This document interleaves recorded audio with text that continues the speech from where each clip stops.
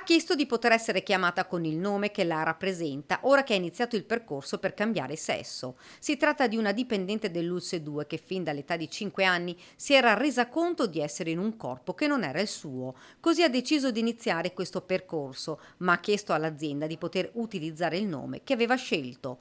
L'ULSE non si è fatta attendere ed ha approvato il nuovo regolamento per la tutela dell'identità alias del personale che abbia intrapreso un percorso di affermazione di genere, dando concreta attuazione a quanto previsto dai più recenti contratti collettivi nazionali di lavoro del comparto sanità e della dirigenza.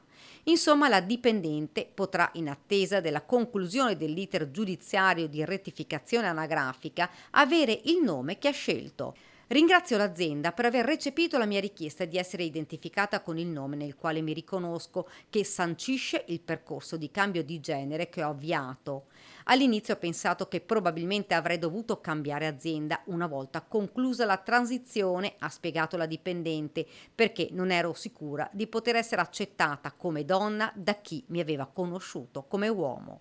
Così non è stato e di questo non posso che ringraziare tutti coloro che mi hanno aiutata e mi stanno aiutando. Il nuovo regolamento disciplina in pratica le procedure di richiesta, le garanzie di riservatezza e le modalità di utilizzo dell'identità alias negli strumenti aziendali, quali badge identificativi, indirizzi di posta elettronica, targhette, turnazioni ed altri contesti organizzativi interni.